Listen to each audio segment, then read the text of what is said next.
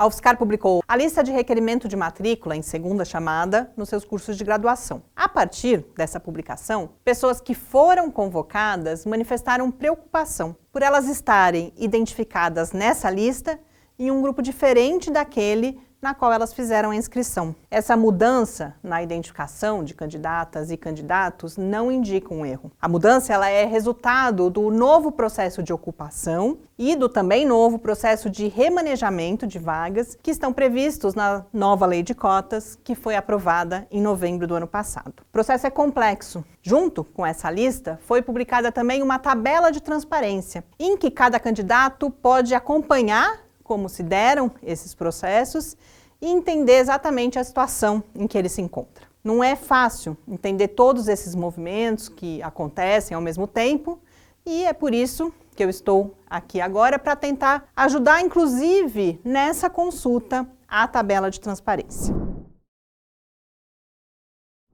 Na lista da segunda chamada, se o candidato, por exemplo, é optante da reserva, mas ocupou vaga na ampla concorrência por nota, ele estará identificado como ampla concorrência. Essa parte é mais fácil de entender, mas esse não é o único movimento de mudança. Nós temos duas outras coisas que podem acontecer. Essa mesma ocupação por nota, ela acontece também nos grupos da reserva. Além disso, nós temos um outro processo que é justamente o de remanejamento de vagas, mas esse eu explico um pouquinho mais para frente. Vamos trabalhar com alguns exemplos de candidatos e cursos fictícios, para entender como acontece, primeiro, a ocupação das vagas. Nosso primeiro exemplo é o do João, que na inscrição para o SISU assinalou a opção pelo grupo 4I, de escola pública independente de renda. Acontece que a nota do João no SISU foi a segunda maior nota entre todas as pessoas que estavam disputando as vagas nesse curso. E com isso, pela nova lei, ele ocupou vaga na ampla concorrência. E é assim, então, que ele vai aparecer na lista, com a modalidade efetiva da vaga que ele ocupou e não com a vaga que foi assinalada no momento da inscrição. O nosso segundo exemplo é o caso da Maria. Ela se inscreveu no grupo 1B, de pessoas pretas, pardas ou indígenas e baixa renda. A Maria ela também teve uma nota alta e entrou já na vaga destinada ao grupo 1I, de pessoas pretas, pardas, indígenas e independente de renda. Para a Maria, portanto, a modalidade efetiva de ocupação, que é o que aparece na lista, é o grupo 1I e não o 1B que ela tinha assinalado quando ela fez a inscrição no SISU. A ordem que acontece esse processo de ocupação é essa que está na tabela que vocês estão vendo. E vai sempre do grupo de menor vulnerabilidade, que é o da ampla concorrência, para o de maior vulnerabilidade, que é de pretos, pardos, indígenas e baixa renda. Para você ver melhor, a tabela também está na página do ingresso, junto com a tabela de transparência.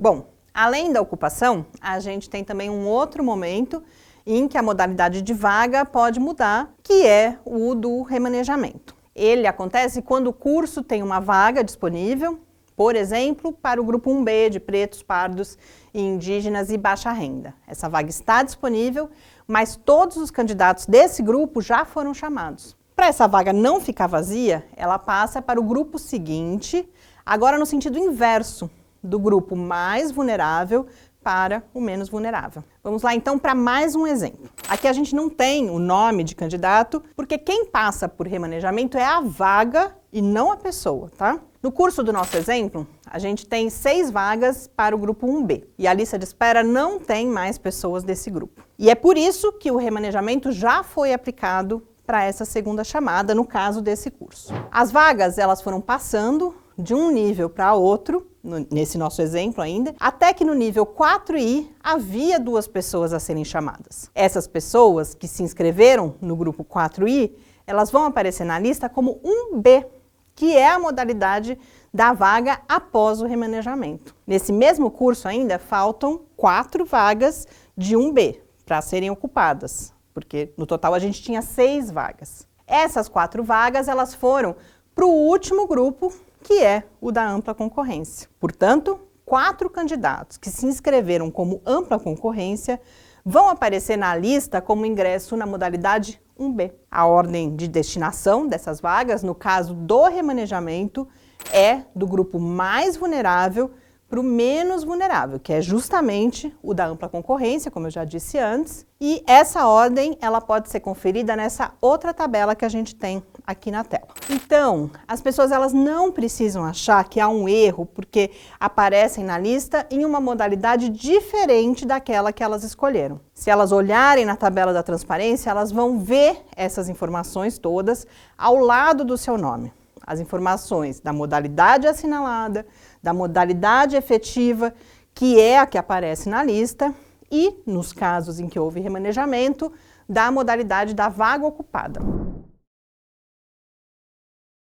Para essas pessoas convocadas para o requerimento de matrícula, o mais importante agora é ficar muito atento aos próximos prazos. O requerimento ele acontece já nos próximos dias, terça e quarta, dias 12 e 13 de março. Todas essas informações estão lá no site do ingresso e é fundamental acompanhar. E uma outra coisa com que essas pessoas não precisam se preocupar. Elas só terão de apresentar a documentação e cumprir os requisitos do grupo que elas assinalaram no momento da inscrição no SISU, e não do grupo em que elas ocuparam vaga nesses casos em que houve mudança, tá bom?